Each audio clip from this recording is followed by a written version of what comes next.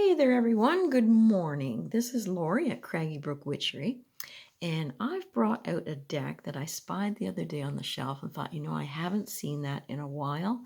And it's one of those decks that I used to go to for, yes, direct readings, but it had a warm, fuzzy feel to it every time I picked it up, whether it was the illustrations, the words, I don't know. But it is one of those decks that you can have a good time with and relax. And I did like in the book that I found separately, it has a sense of humor to it. For instance, here on preparing your cards, if ritual helps you get into the right mood, and I'll move this because it's a little bit better for you to see that than the book, you can smudge your cards with sage and sleep with them under your pillow, which I wouldn't do as a light sleeper. Or it says don't. Store them in a silk or leather pouch and wash your hands with lavender before each use. Or just keep them all together in one drawer and try not to get pizza grease on them. It's just priceless. And it has some really good descriptions and full color illustrations for the cards. So it gives you a question that you can ask and some advice, and it has quotes all the way through it, which is really, really fun. So let's get to the deck. Now, this one here is a little deck to take on the road when you're traveling. So you get the box and a little thumbnail spot for you to get it out quite easily, and you get the book. And it is quite nice to have all the colors showing in the cards, and the illustrations aren't that small.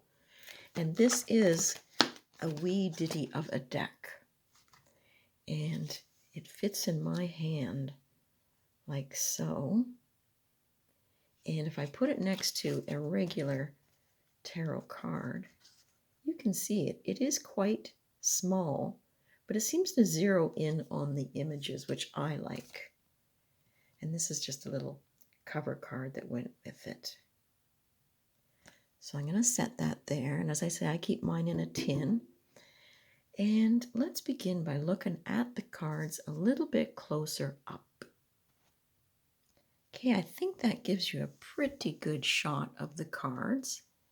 It is unfortunate that there are several different languages mentioned, but I can ignore that. I don't mind the banner, and the information of what card is there is simple.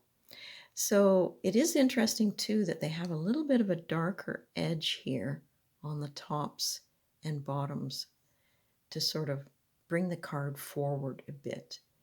The colors are not super saturated. It has an old sort of world look to it. And if I move this guy out of the way, that might give us a chance to zero in a little bit more on just the cards. Okay, so shifting slightly, let's begin. So there is the Fool. Here is our lovely, sexy magician out in his garden, raising energy. The High Priestess. Now there is a little bit more saturation in that one, and I think she deserves it. And if I look closely, those are pomegranates above her head, but they sort of look like strawberries. There's the Empress. I love the clothing in this deck. The Emperor.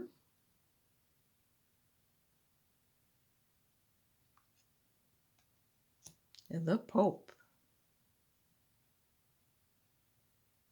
It's interesting how I think they call them supplicants. Down here, these two people, hands in prayer, but their heads are tucked way down. The Lovers.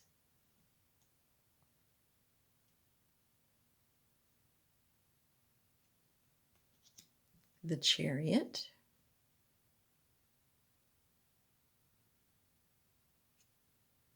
And that is our strength card.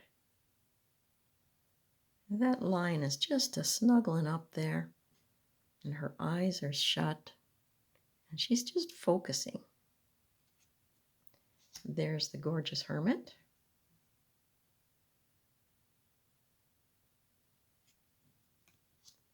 And the wheel.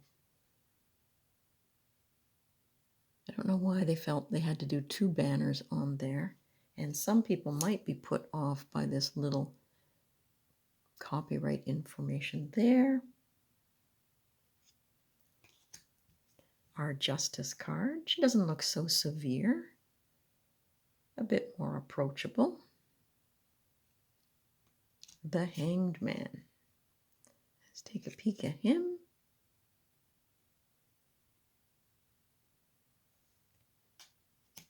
Okay, now that's a nice death card. And as I say, if you spend some time looking at the images, you'll see this woman here laying prone and another person there and another one here.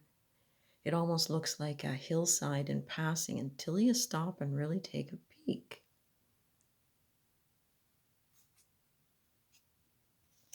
There is the Temperance card. And this is quite a burst over the head here. There's quite an aura there. The Devil card. Now these people below do have that sort of fear and sense of cowering down.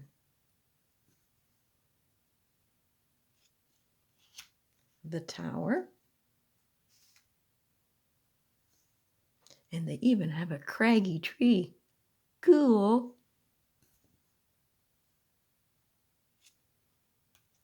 All right, the Star card. I like that the water's flowing from her hands in this one. There is the Moon card.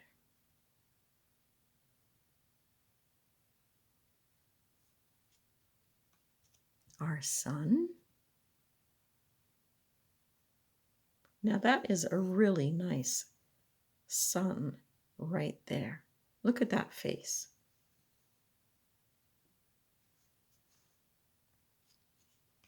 Okay, our Judgment card. And again, it's not so severe, it's more welcoming. And the World.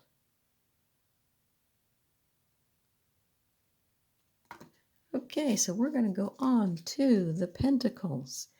And I find that very comforting pentacle. Our 2. We still have the ships in the background over the shoulder. Our 3, the Artisan.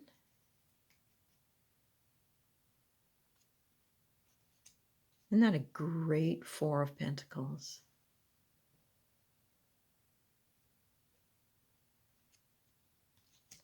The 5, like this guy, he's really been through the war here.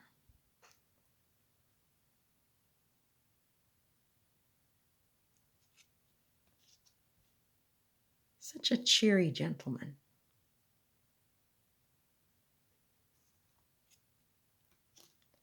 There's our 7. It doesn't look so much like a labor of love anymore. It's like, come on, hurry up and grow. The 8. Lovely, lovely 9. That looks like King Arthur's court time. That's one of the nicer 10 of Pentacles that I've seen. Our Page. Our Knight.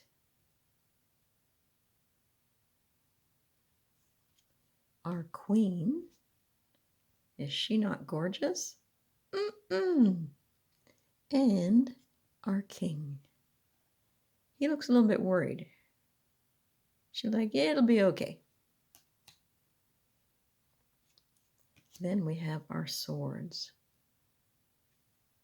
And I like the idea of the breakthrough of energy from the clouds here. Sort of like the Excalibur.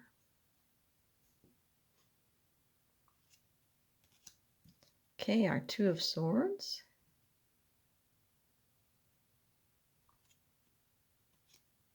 The Three.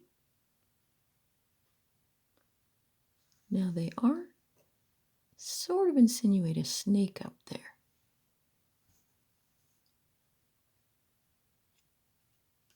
Now I like the different perspective on this Four of Swords.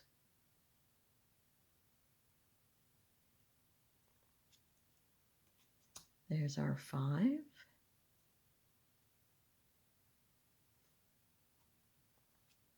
He's the guy that likes to get the last word in always.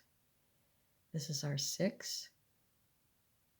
Very much like a ship I would sense being in, heading over to that secret island in Camelot time, King Arthur time. I can't remember the name of the island, but... And there is Sneaky Pete.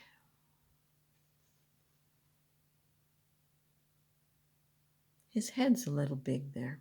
I guess he's got so many ideas in it. He can't contain it all. 8 of Swords.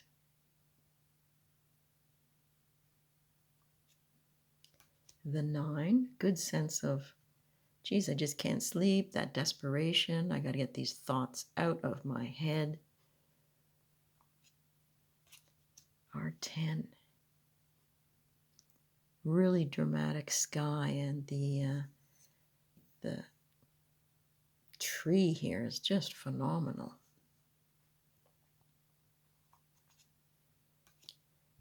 That is a really good looking page.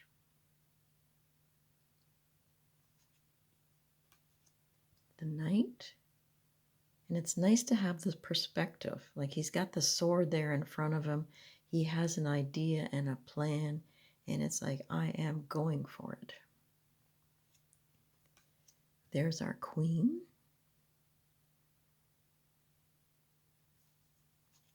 And our King.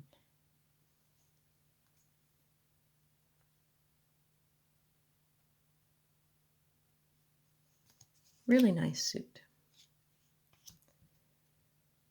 The rods. Now this really shows me growth and potential. Our 2. It's almost like with the hand coming toward us, we have a hand in creating the future. We can change something within our world, make a difference. The 3 of Rods.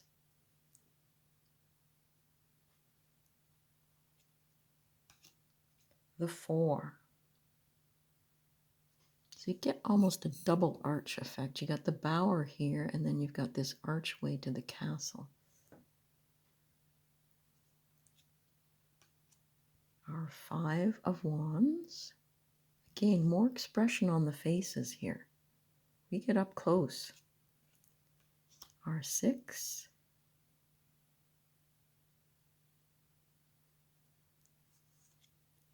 Our 7. He's enjoying that battle. 8.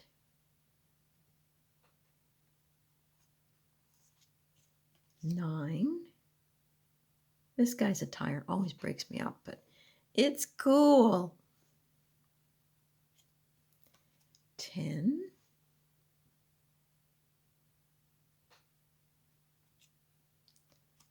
The Page. Sounding a message of warning. The Knight. The illustrations are just so beautiful.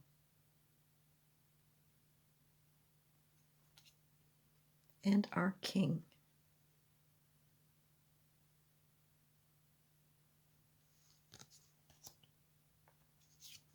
All right, we're into cups.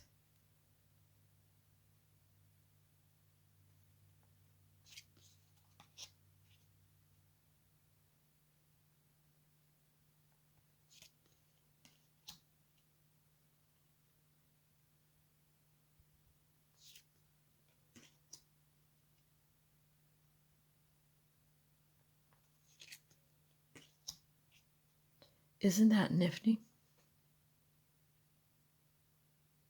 Right there on the ledge are 2 more cups. If you can just turn around, be brave, and let some of those emotions rest and begin again. 6. Getting down there. 7. Now this looks like a wizard to me.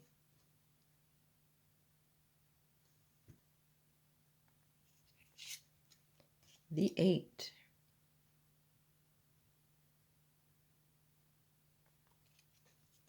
The 9. So we still have those chalices or goblets behind us, but they're on a shelf. And I think you could read a lot into that. And the peacock feather hanging down. So if you really spend some time with this deck, it says a lot. There is a gorgeous, gorgeous 10 of cups.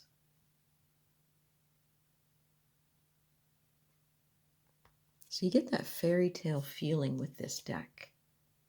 Very gentle.